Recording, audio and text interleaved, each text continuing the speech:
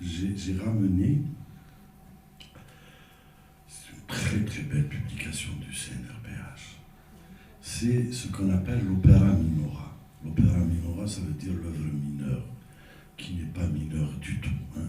C'est au contraire parfois l'œuvre majeure. C'est quoi une œuvre mineure? Quelqu'un, un grand écrivain, un grand savant, un grand auteur, on le connaît par ses livres, ses grands articles, ses grandes productions. Mais ce monsieur-là, il a eu une vie, il a écrit des lettres, il en a reçu, il a fait des conférences, il a fait des petits articles de journaux, il a fait des émissions de radio, des émissions de télévision.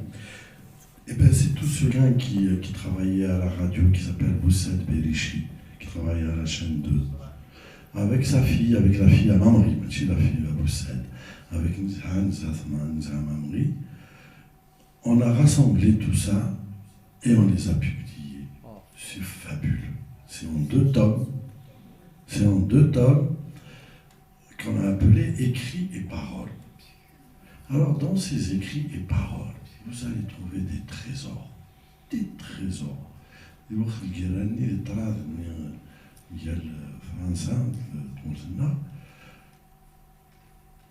Il écrivait des articles qu'il signait, avec des pseudonymes bien sûr, qu'il signait soit Qatour, soit Brahim Bouakwaz, dans un journal qui s'appelait L'Espoir l'Algérie. Vous allez retrouver ces articles-là, 55, 56, 57. Il alimentait des discussions qui étaient ouvertes à l'ONU à propos de ce qu'on appelait à l'époque la question algérienne.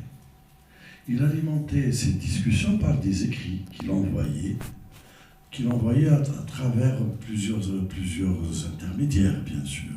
Plusieurs intermédiaires. Le premier qui venait chez lui pour récupérer ces textes-là, c'est quelqu'un qui était instituteur, qui s'appelle Tahar Siddiq. Tahar, et secrètement, Tahar, il avait une Vespa, et il a le siège de la Vespa, parce que la Vespa, c'est un siège amovible, comme ça. Et ça va Mohamed Yazid, qui était déjà ministre du GPRA, des textes comme ça, d'une valeur, d'une densité, d'une exceptionnalité. C'est vraiment exceptionnel. Vous allez lire Lettre à l'ONU, qui fait une dizaine de pages.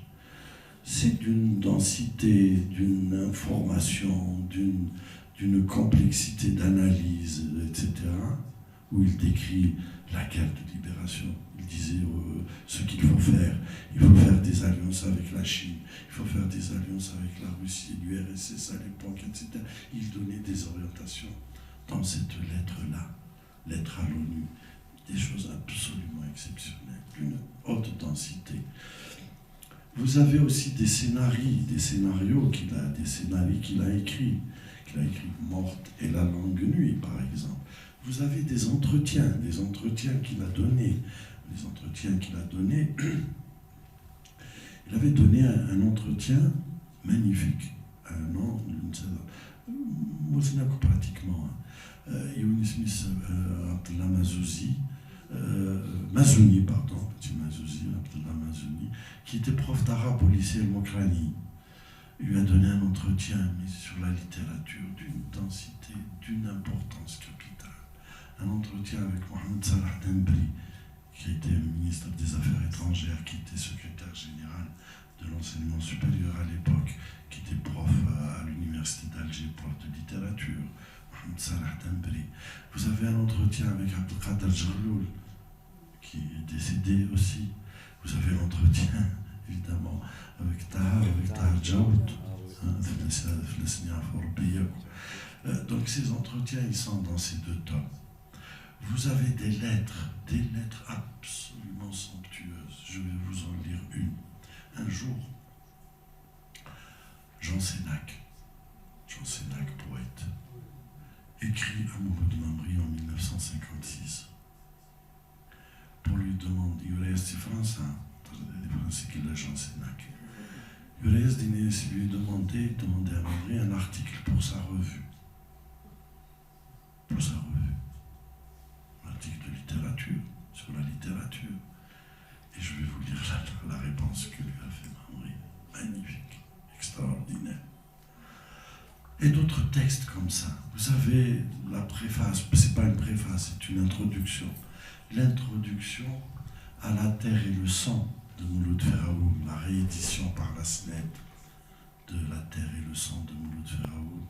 Il lui fait une présentation, une introduction, pardon, d'une densité, d'une épaisseur extraordinaire, extraordinaire. Je vais vous en lire quelques petits passages. Vous avez les entretiens, je l'ai oublié, avec Jean Pellegrini.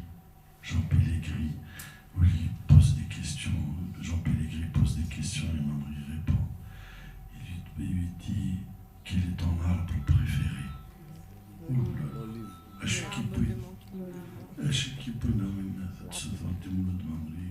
Quel est son arbre préféré.